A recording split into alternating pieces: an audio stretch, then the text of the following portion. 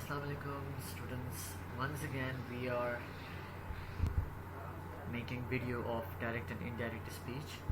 As you may know that we have covered present simple tense और हमने उसमें ये पढ़ा था कि present simple tense जो है वो past simple में change हो जाता है. ठीक है. Now we are heading up. अब हमारे पास जो tense आया है वो है present continuous का.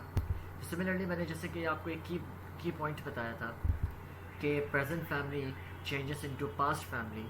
प्रेजेंट के जितने भी सेंटेंसेस है वो सब कैटेगरीज वाइज पास्ट में चले जाते हैं. Present simple into past simple, present continuous into past continuous, present perfect into past perfect and present perfect continuous into past perfect continuous. So students आज हमारे पास अब जो है पढ़ने के लिए वो है सेकेंड वाला and that is called present continuous which changes into past continuous. Examples आपको यहाँ पर दिख रही हैं on the left of mind of this screen. He said comma, inverted commas, I am waiting for someone, inverted commas close. This is called your direct speech. But when we are asked to change it into indirect, so we say he said that he was waiting for someone. जैसे कि आपको मालूम है कि present continuous में is, am, are ये तीन helping verbs होते हैं और उसके साथ वर्ब की फोर्थ फॉर्म होती है that's also called as present participle form, ing form. So when we change direct speech into indirect in present continuous, so it changes into past continuous और is, am, are जो है वो was और verb में तब्दील हो जाते हैं according to the object, according to the subject. I said she is driving a car. मैंने कहा कि वो कार ड्राइव कर रही है. I said that she was driving a car. मैंने कहा था कि वो गाड़ी चला रही थी. टाइम पीछे चला गया, राइट? अब हम बात करते हैं थर्ड वाले की, present perfect which changes into past perfect. Present perfect जो हमने पढ़ा था, इट मीन्स प्रेजेंट परफेक्ट आपको वो कंडीशन आपकी बताता है या वो टाइम बताता है या वो आपकी जो आपका काम होता है उसको बताता है जो अभी अभी हुआ हो, which is recently been done, which you have just done, जिसका असर अभी तक थोड़ा बहुत है आप पर. फॉर एग्जाम्पल मैंने अभी अभी खाना खाया, I have eaten food. Present perfect में दो हेल्पिंग वर्ब्स होते हैं, हैज़ एंड हैव. हैज़ जो है वो ही शी इट एनी नेम के साथ लगता है और हैव जो है वो आई यू बी दे के साथ लगता है. You would know this. So here is a sentence, have a look on this. She said I have completed the work. उसने कहा था कि मैं काम कर चुकी हूँ. इनडायरेक्ट में कैसे होगा ये? पास्ट परफेक्ट में ले जाएंगे.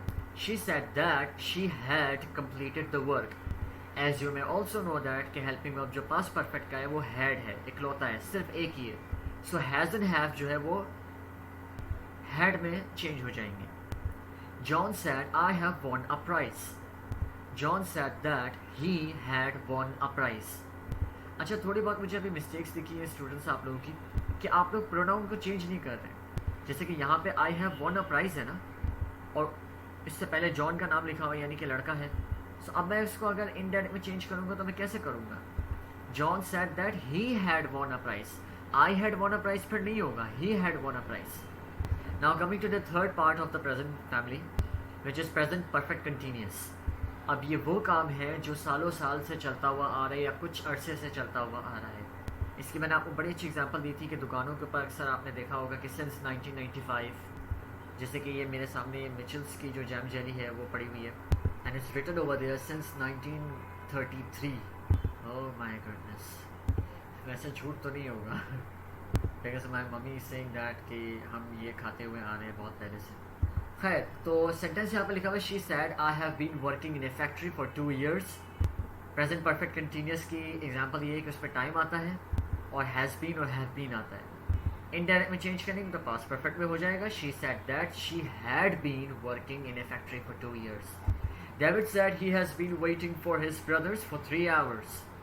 David said that he had been waiting for his brothers for 3 hours. सारा सेंटेंस सेम रहता है, just you need to change your time, just you need to change pronoun and nothing else. It's the most easiest topic ever in English, I swear. Present की family हुई ख़त्म. अब चलते हैं हम फ्यूचर की तरफ. पास्ट में अभी नहीं करवा रहा हूँ, मैं चाहता हूँ कि फ्यूचर को आप समझ लें पहले, because future is dam easy. एक छोटी सी बात कहूँगा और फ्यूचर आपको समझ में आ जाएगा इंशाल्लाह. फ्यूचर की क्या पहचान है? विल हम लगाते हैं ना फ्यूचर को इंडिकेट करने के लिए. ये जो विल है ये वुड में चेंज हो जाता है, WOULD, would, L is silent over here. Simple will would में चेंज हो जाता है, यानी कि अगर विल भी आ जाए तो वो वुड भी में चेंज हो जाएगा, विल आ जाए तो वो वुड में चेंज हो जाएगा, विल हैव आ जाए तो वुड हैव में चेंज हो जाएगा, विल हैव बीन आ जाए तो वुड हैव बीन में चेंज हो जाएगा। Simple, nothing you have to do, only change this. और प्रोनाउन तो ऑब्वियसली बात है चेंज होता है, दैट तो लगता ही है, ठीक है। लेकिन यहाँ पे आपको टेंसेस वाले में यानी कि फॉर्म ऑफ वर्ड कौन सी लगेगी उसमें कोई प्रॉब्लम हो नहीं होगी। यहाँ पे सिर्फ विल को वुड में चेंज कर दो और बाकी एज इट इज सेम रहेगा। Let's have an examples over here.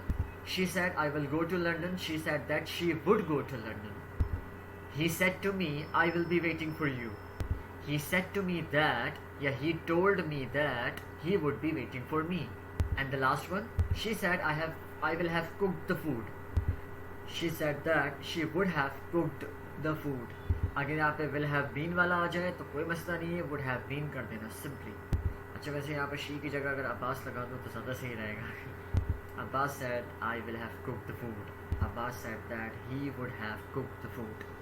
And Bilal and Hilal, Farooq, Qasim, Kadeem, everyone would have eaten the food. Alright guys, so this was all about this, direct and indirect, past रहता है, इंशाल्लाह उसको भी हम कर लेंगे, तब तक के लिए अपना ख्याल रखिए।